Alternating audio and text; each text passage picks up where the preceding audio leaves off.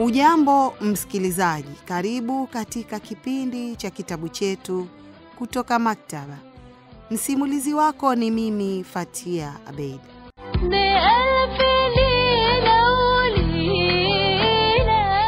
Bado tupo katika kitabu cha Alf Lela u Lela.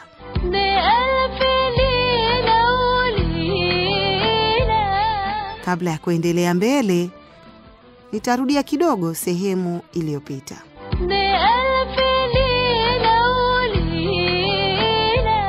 Usiku wa manane nikaingia kisirisiri nyumbani mwangu, nikimnyemelea mke wangu huku nimeshikilia kile kigudulia cha maji kwa hadhari kubwa. Nilipoingia chumbani kwangu, kwa bahati nzuri nikamkuta mke wangu kalala peke yake kama mfu. Bila kukawia, nikamnyunyizia yale maji nikisema, badilika umbo uwe nyumbu.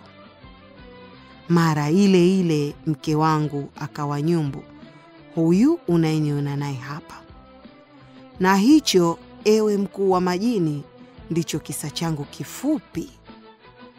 Kwanza lile jini likasitasita kuamini, likamgeukia yule nyumbu, likamtazama kwa makini, kisha likamuuliza kama yale aliyosema mumewe, yule mzee wa tatu, yalikuwa ni ya ukweli. Yule nyumbu akamwashiria kwa kutingisha kichwa na kuyapepesa macho yake kama ni ishara ya kuthibitisha ukweli wa yale aliyosema mumewe. Msikilizaji, endelea kusikiliza Alf Lela u Lela.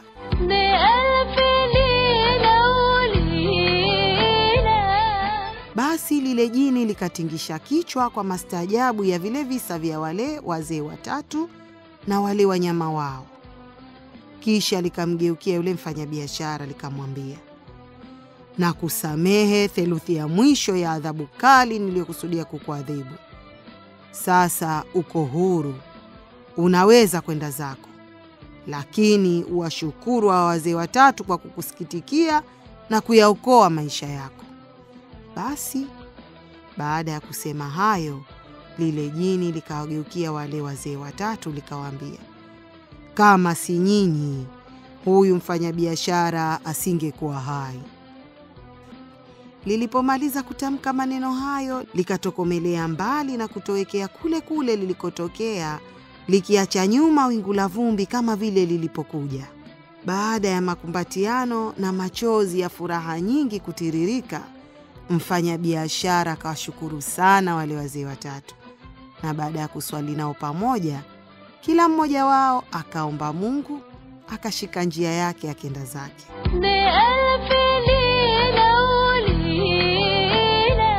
Mfanyabiashara akarejea kwake alikopokewa na mkewe, wanawe, nduguze, jamaa zake, majirani na marafikize kwa shangwe na vigelegele vingi. Akaishi na mkewe na wanawe kwa raha mustarehe mpaka siku za maisha yao zilipokwisha.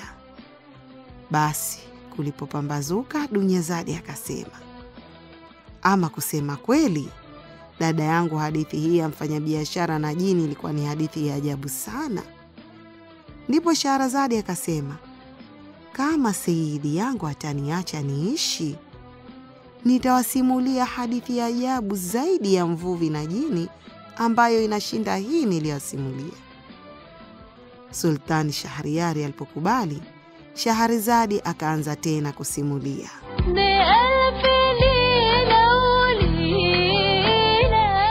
Kisa cha mvuvi na jini. Sayyidi yangu, akaanza tena Shahrazadi, hapo kale paliondokea mzee mmoja mvuvi maskini aliyekuwa na mke na mabinti wawili aliowalisha kwa shida. Mvuvi huyo alikuwa na tabia moja. Kila alipowasili baharini, alizitupa nyavu zake majini mara 4 tu. Alfajiri moja, wakati baridi kali na upepo ukivuma, mvuvi huyo alitoka kibandani mwake huku amechukua nyavu zake na kapu lake. Akaelekea baharini wakati bara mwezi wa 15 bado ungali ukiangaza mbingu na ardhi. Alipowasili ufukweni, yule mzee alitua kapu lake, akakunja shuka yake, akachukua nyavu zake akaingia baharini. Maji yalipomfika kiunoni, akazitupa mbali nyavu zake. Zilipotua chini, akazivuta. Baada ya muda zikakwama, zikamshinda kuzitoa. Hapo akashika ile sehemu ya ncha, akatoka nayo baharini, akaifunga vizuri kwenye mti mmoja uliokuwa ufukweni.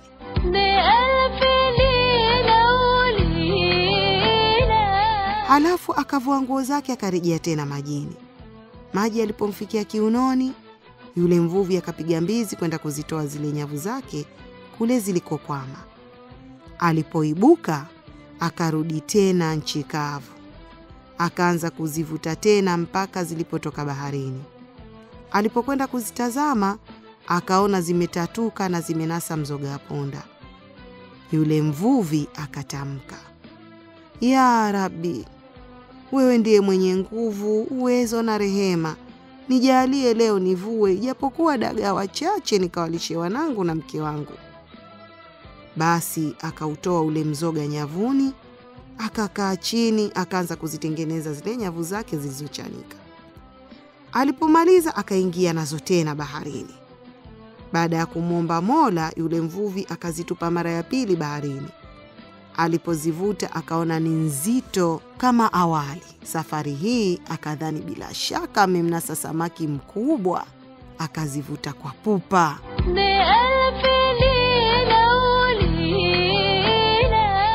Lakini alipozitoa majini, akaona hamna samaki, ila mna jungu moja kubwa lililojaa takataka na mchanga.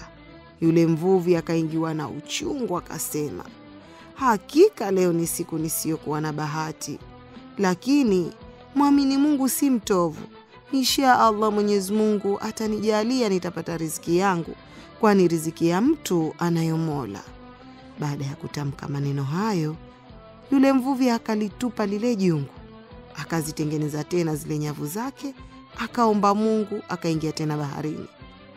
Baada ya kuzitupa mara ya tatu, yule mvuvi akasubiri kidogo mpaka zilipotua chini, kisha akaanza kuzivuta. Msikilizaji, endelea kusikiliza Alf Lela u Lela.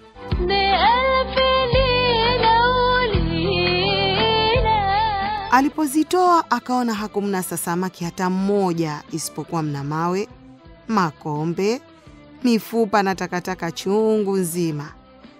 Sasa ikawa yule mvuvi yuhoi taabani kwa uchovu wa kuzivuta zile nyavu nzito. Akaanza kufikiri jinsi atakavyowalisha wanawe na mkewe siku ile. Akajipiga konde la uso, kisha akanyanyuka. Akainua macho yake mbinguni ambako sasa kulikuwa kumeshaanza kuwa kweupe.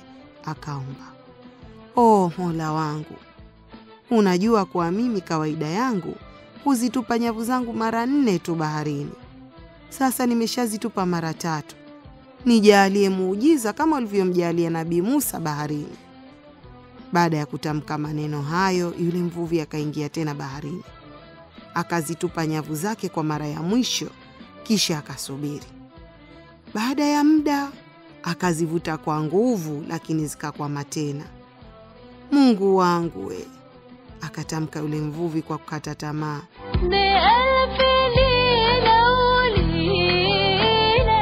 Akajitosa tena baharini kwenda kuzichomoa. Safari hii alikuwa na hakika kabisa kuwa kamnasa samaki mkubwa mmoja au samaki wengi wadogo wadogo. Lakini alipozitoa akaona hamna samaki hata mmoja, bali mna gudulia moja la shaba ambalo lilikuwa limezibwa kwa kizibo cha shaba kilichobanwa vyema kwa muhuri wenye alama ya Nabii Suleiman.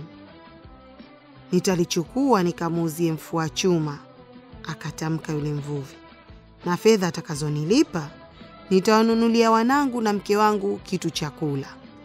Akalitoa lile gudulia mle nyavuni, akajaribu kuliinua, akaona ni zito. Akadhani ndani mna kitu. Akaanza kulisukasuka. "Nitalizibua kwanza nitazame kilichomo ndani." Akasema, "Ya Mungu ni mengi. Huenda mkawa mna vitu vya tunu."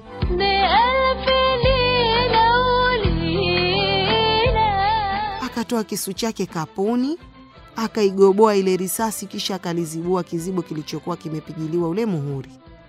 Alipolizibua Akalipindua juu chini, akaanza kulisukasuka tena msitoke kitu. Akaliweka kando, akawa analitazama. Baada ya nukta chache mle mkaanza kutoka moshi mnene ajabu. Ule moshi ukajitandaza, ukaenea kote angani mpaka baharini. Mvuvi kuona vile akaingiwa na hofu kubwa, asijue la kufanya. Akaduaa pale pale alipokuwa. Ule moshi ulipotoka wote mle guduliani, ukaanza kujikusanya polepole, ukawa mnene, na mara ukageuka kuwa jini kubwa ajabu, lenye miguu ardhini na kichwa mawinguni. Msikilizaji, endelea kusikiliza Alfu Lela u Lela.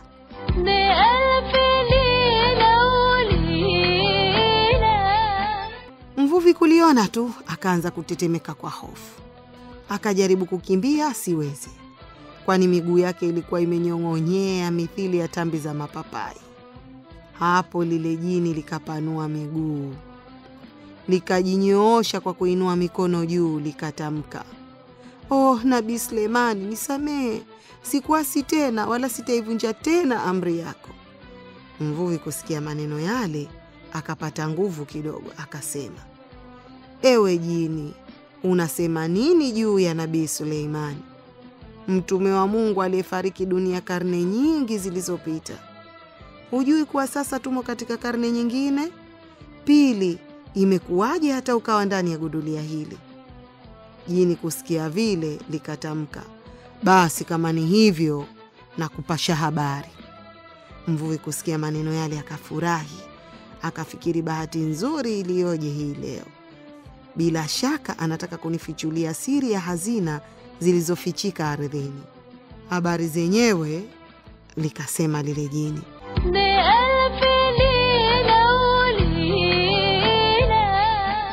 ni kifo chako.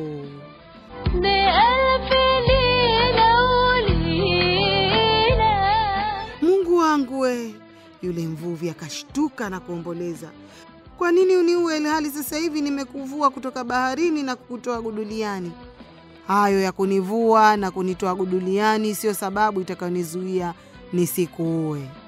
Likasema lile jini, "Ya Rabbi," akalia mvuvi, "sasa nitafanya nini? Chagua mwenyewe jinsi utakavyokufa." "Nimekukosea nini hata nistahili kifo?" akauliza yule mvuvi. "Utanilipa maovu kwa mema niliyokutendea? Hebu sikiliza nikueleze." Likasema lile jini, "Mimi nilikuwa mmoja wa majini wakorofi sana waliomwasi Nabii Suleimani. Basi siku moja akamtuma waziri wake, Azaz bin Berahia, kuja kunikamata.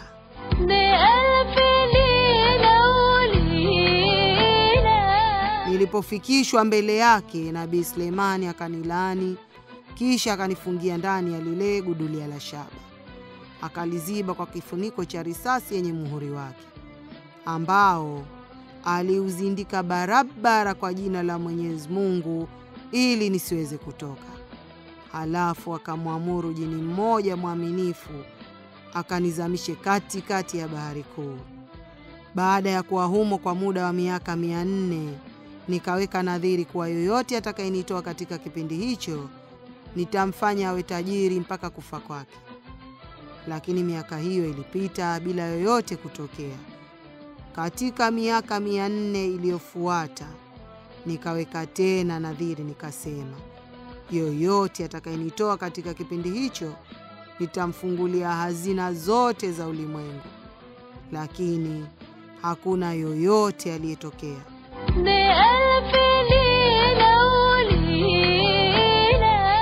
Katika miaka 4 iliyofuata, nikaweka tena nadhiri kuwa yoyote atakayenifungulia safari hii nitamfanya awe sultani, na mimi mwenyewe nitakuwa mtumishi wake wa kumtekelezea matakwa 3 muhimu kila siku.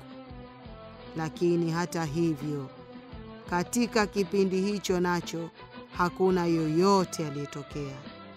Nikaingiwa na hasira kwa sababu ya kuwa mahabusu kwa muda wa miaka mingi hivyo.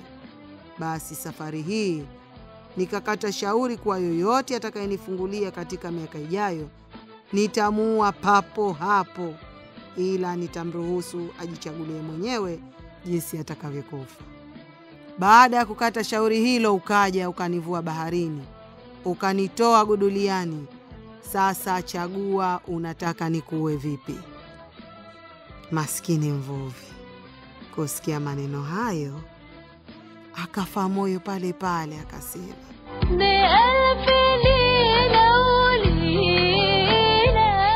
ya Rabbi, mimi ni mmoja wa viumbe vyako na kila uliyemuumba hana budi kufa siku yake. Lakini bahati mbaya iliyoje hii iliyoniangukia mimi leo ya kufa namna hii. Baada ya kutamka maneno hayo, yule mvuvi akamgeukia yule jini akamwomba, nakusihi unisamehe na Mwenyezi Mungu atakusamehe makosa na madhambi yako. Ukiniua badala ya ule wema niliyokutendea, Mwenyezi Mungu anaweza akampa uwezo kiumbe chochote kikakudhuru. Hayo usemayo, likatamka lile jini, hayawezi kukusaidia. Unanipotezea bure wakati wangu. Basi yule mvuvi akaanza kulia akimkumbuka mkewe na wanawe. Akalisogelea lile jini akaliambia, nakusihi uniachie roho yangu kwa kukutoa mle guduliani. Hiyo, likajibu lile jini, ndiyo sababu hasa ya kutaka kukuua. Unanilipa maovu kwa wema niliyokutendea? Akarudia tena yule mvuvi, kumbuka mtenda mema hulipwa mema. Usipoteze wakati wangu, likafoka lile jini. Nataka kwenda zangu, hasa baada ya kuwa mahabusu kwa muda wa karne nyingi.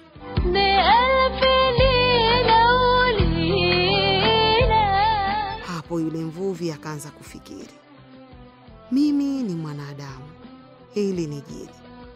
Mwenyezi Mungu ameomba wanadamu kuwa na akili kuliko viumbe vingine ili wapate kuitumia. Basi sina budi kuitumia. Baada ya kufikiri hivyo, yule mvuvi akaliambia lile jini, kwa jina la Nabii Suleimani bin Daudi aliyekufungia guduliani, nikikuuliza swali utanijibu kweli? Jini kusikia jina la Nabii Suleimani likaanza kutetemeka, likasema, uliza, lakini fupisha swali lako na fanya haraka. Kwa jina la Mwenyezi Mungu, akauliza yule mvuvi kwa mkazo, kweli ulikuwa ndani ya gudunia hili? Naam, likajibu lile jini, nilikuwamo. Siamini hata kidogo, akasema yule mvuvi. Wacha wewe mwenyewe, hata kidole chako kidogo hakiwezi kuingia humo. Ninawezaje kuyaamini hayo unayoyasema? Kweli nilikuwamo humo, likajibu lile jini kwa hasira. Huniamini? Sikuamini. Basi mara ile ile lile jini likaanza kujigeuza tena moshi uliotandazika pwani nzima mpaka baharini kama awali. Halafu ukaanza kujikusanya kidogo kidogo, ukarudi pole pole mle guduliani mpaka mwisho ukaingia ndani.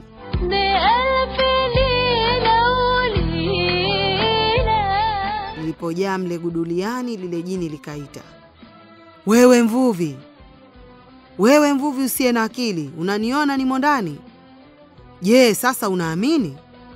Lakini badala ya kumjibu, yule mvuvi akakinyakua kile kizibo chenye muhuri kilichokuwa pale chini, akaliziba haraka lile gudulia. Halafu akaliambia lile jini, ewe jini usiye na shukurani hata kidogo, sasa wewe chagua jinsi utakavyo nikakutupe baharini. Nikishafanya hivyo, nitajenga kibanda changu papa hapa ufukweni. Niwaonye wavuvi wenzangu watakaokuja kuvua sehemu hizi kuwa humu mna jini lisilo na shukrani ambalo liko tayari kumuua yoyote atakayelivua. Lile jini kusikia maneno yale na kuona limefungiwa tena mle guduliani lisimweza kutoka kwa sababu ya ule muhuri wa Nabii Suleimani bin Daudi, likatambua kuwa limezidiwa ujanja na yule mvuvi. Likasema,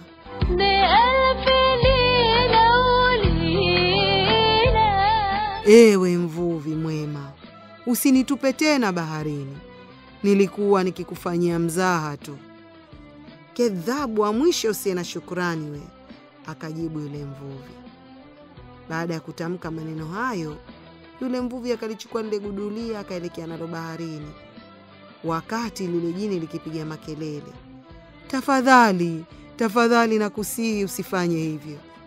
Lakini yule mvuvi akaliambia, "Hakuna njia nyingine yoyote isipokuwa nikurudishe tena kule kule nilikokutoa na ulikokuwa kwa muda mrefu. Na mimi kama nilivyosema, nitabaki hapa pwani mpaka kufa kwangu ili niwaonye wavuvi wenzangu. Unakumbuka jinsi nilivyokusihi uniachie maisha yangu na Mwenyezi Mungu atakulipa mema? Basi na mimi sasa nitakutendea kama vile ulivyotaka kunitendea, kwani akutendaye mtende, mche asiyekutenda. Ukinifungulia, ewe mvuvi mwema." Jini likamwahidi yule mvuvi, "Nitakufanya tajiri wa maisha." "Uongo mtupu," akajibu mvuvi. "Nikikutendea mema bila shaka utanitendea maovu, kama mfalme mmoja wa Kiyunani alivyomtendea Douban mganga." "Mfalme wa Kiyunani alimtendea nini Douban mganga?" likauliza lile jini. Ndipo mvuvi aliposimulia. Msikilizaji, endelea kusikiliza Alfu Lela u Lela. Kisa cha mfalme wa Kiyunani na Douban mganga. "Ujue," akaanza ule mvuvi, "kuwa katika mji wa Zoman ulioko katika nchi ya Ajemi alitawala mfalme mmoja aliyeitwa Yunani. Kwa bahati mbaya, mfalme huyo alikuwa na ugonjwa mbaya wa ukoma uliowashinda waganga wote wa milki yake.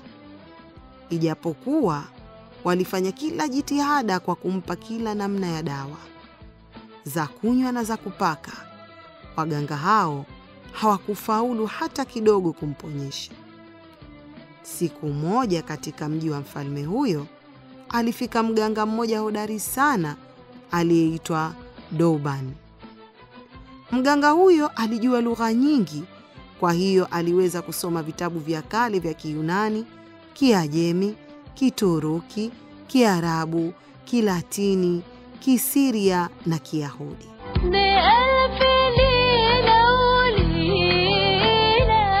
Akafanya utafiti wa sayansi ya mitishamba, mimea mbalimbali na uganga wa kila aina, mpaka akahitimu vizuri ujuzi wa dawa za mitishamba zote zenye faida na zenye hasara.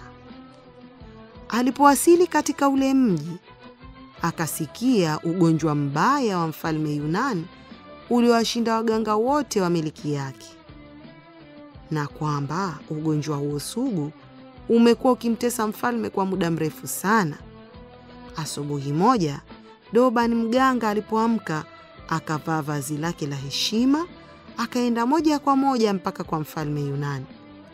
Alipokaribishwa ndani, akamsabahi mfalme kwa heshima, akajitupa miguuni pake, akamwambia, "Seidi yangu, najua kwamba hakuna mganga aliyeweza kuutibu ugonjwa ulionao, lakini mimi kwa uwezo wa Mwenyezi Mungu, ukifuata maagizo yangu, nitakutibu bila kukupa dawa ya kunywa wala ya kujipaka."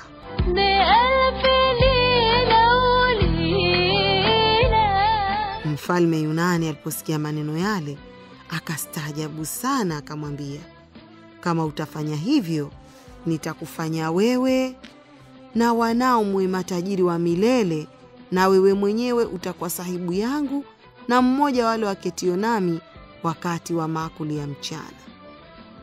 Baada ya kutamka hayo, mfalme Yunani akamtunikia Douban joho la heshima, akamuuliza, "Kweli utanitibu na kunitoa katika adhabu hii nikabilio kila siku bila ya kunipa dawa ya kunywa wala dawa ya kupaka?"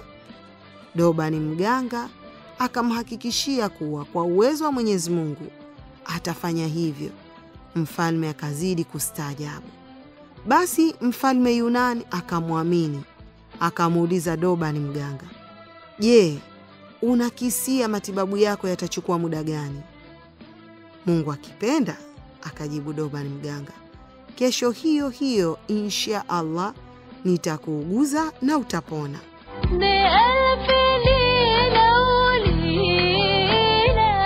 Basi yule mganga akatoka, akaenda zake kwake kutayarisha uganga wake. Kwanza alichukua dawa ya mitishamba na mimea fulani ijuayo mwenyewe, akaichanganya vizuri na dawa nyingine, halafu akachukua rungu la kupigia mpira wakati mtu yuko juu ya farasi. Akalipekecha vizuri mpini, akalitia ule mchanganyiko wa ile dawa. Alipomaliza, akaliziba, halafu akatengeneza namna ya mpira wa gongo. Asubuhi ya pili akaenda na vile vitu moja kwa moja mpaka kwa mfalme. Mfalme Yunani aliposikia Doban mganga amewasili, akanyanyuka kitini akamkaribisha.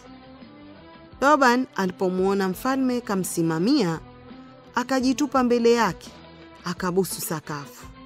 Akamtakia mfalme kila la kheri. Halafu akatamka mbele ya hadhara ya mawaziri, matajiri, madiwani, wazee mashuhuri na waungwana wote waliohudhuria pale majilisini. Sayyidi yangu, dawa nimeitayarisha na imo ndani ya rungu hili. Tafadhali lichukue uende nalo uwanjani ukacheze mpira wa polo pamoja na waungwana hao waliohudhuria hapa mpaka mkono wako utakapotoka jasho. Utakapopata joto, dawa iliyomo runguni itayeyuka na itaingia mwilini mwako. Endelea kucheza mpaka umechoka. Halafu rejea kwako ukaoge vizuri kisha ulale. Utakapoamka, kwa uwezo wa Mola utajikuta umeshapona.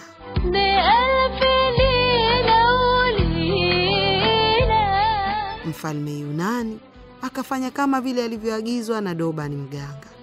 Akalichukua lile rungu, akaenda nalo uwanjani. Wakapanda farasi zao, wakawatimua wakifuatia mpira kama vile mchezo wa polo uchezwavyo. Wakacheza mpaka Doban mganga alipoona sasa mfalme katoka jasho, kisha na mwili wake umeshakuwa na joto la kutosha. Akamfuata akamwambia sasa aende zake kwake akaoge, kisha alale, na Doban akaenda zake kwake. Msikilizaji, endelea kusikiliza Alf Lela u Lela.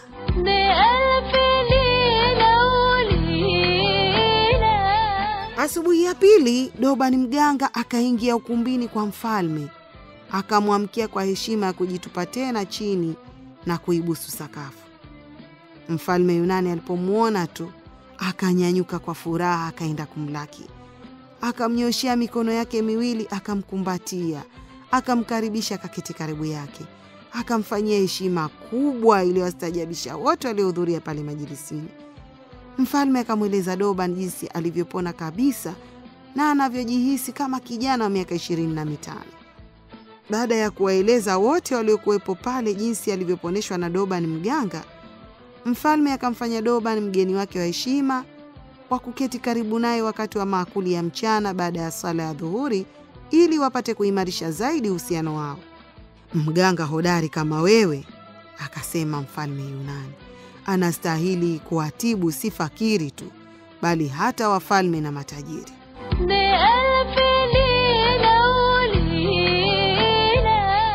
Basi mfalme Yunani baada ya kumtunikia Doban mganga zawadi nyingi za tunu zilizomtajirisha, na baada ya kumpa cheo cha heshima, akawaambia wote waliohudhuria majilisini, waungwana, Doban anastahili heshima kubwa. Kwa hiyo toka leo atakuwa nami kila siku, kwani bila uganga wake nisingeupona ule ugonjwa mbaya uliowashinda waganga wote wa miliki yangu. Basi toka leo mkae mkijua kuwa Doban mganga ni sahibu yangu mpenzi, ni muaminie na roho yangu. Huyu mfalme alikuwa na waziri mkuu aliyekuwa na roho mbaya sana. Alikuwa hasidi, mwenye wivu, kijicho na tamaa. Alipoona jinsi Doban mganga alivyotunukiwa zawadi nyingi za thamani na anavyopewa heshima na wote na anavyopendwa na mfalme na waungwana wa majilisini, akawa nainda.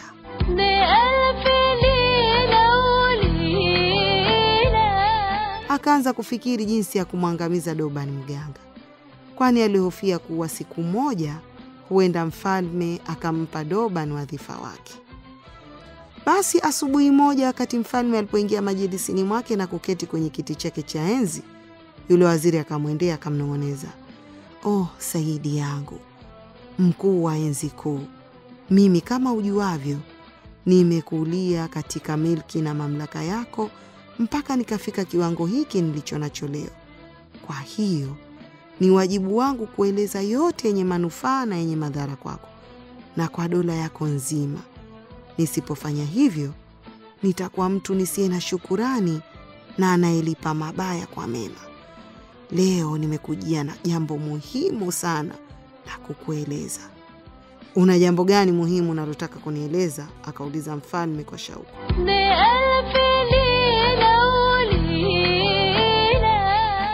Saidi yangu, akaanza yule waziri, niwie radhi. Si dhamira yangu wala si thubutu kukukosea wala kukukosoa. Walakini maisha yako na dola nzima inapokabili hatari, sina budi kukuzindua upate kuona na kujua mambo yalivyo. Kuna nini? Akahoji mfalme huku ameingiwa na wasiwasi. Naomba msamaha, akaendelea waziri mkuu kwa unyenyekevu, kwa kuthubutu kusema kuwa unaanza kupotoka bila kujijua, kwani unamkirimu adui anayedhamiria kukuangamiza wewe na kuiangamiza dola yako.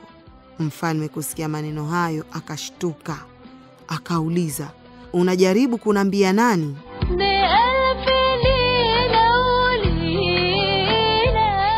Saidi yangu, akaendelea yule waziri mkuu, ninajaribu kukufunulia ukweli na madhumuni ya Doban mganga. Mfalme kusikia jina la Doban mganga akashtuka, akauliza tena, Doban mganga kafanya nini? Wewe, akajibu waziri mkuu kwa mkazo, bado hujatambua kuwa ni adui yako mkubwa. Adui yangu? Doban mganga? La hasha lillah, akasema mfalme Yunani kwa mshangao mkubwa. Je, umesahau kuwa ni yeye ndiye aliyenitibu ule ugonjwa mbaya niliokuwa nao na ulionitesa miaka mingi na uliowashinda waganga wote? Haya uyasemayo siamini aslan.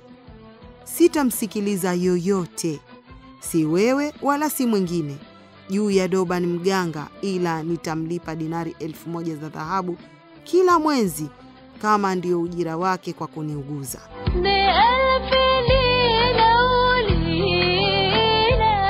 Sidhani kama kuna mtu mwema kama yeye. Toka mashariki hadi magharibi, kaskazini hadi kusini, kwa yakini Doban mganga ni mfadhili wangu na mfadhili wa wengine wengi. Kama amedhamiria kuniangamiza, mbona amenitibu? Basi acha kusema maovu juu ya sahibu yangu. Najua wamwonea wivu, lakini usidhani kuwa utaweza kunishawishi na kunigeuza nia yangu juu ya mfadhili wangu. Kwani nikifuata ushauri wako, nitakuwa kama mfalme Sinbad aliyefuata ushauri wa waziri wake mkuu, akamuua bure kasuku wake. Msikilizaji, usikose kusikiliza sehemu itakayofuata ya Alf Lela u Lela. Ulikuwa nami msimulizi wako Fatia Bedi.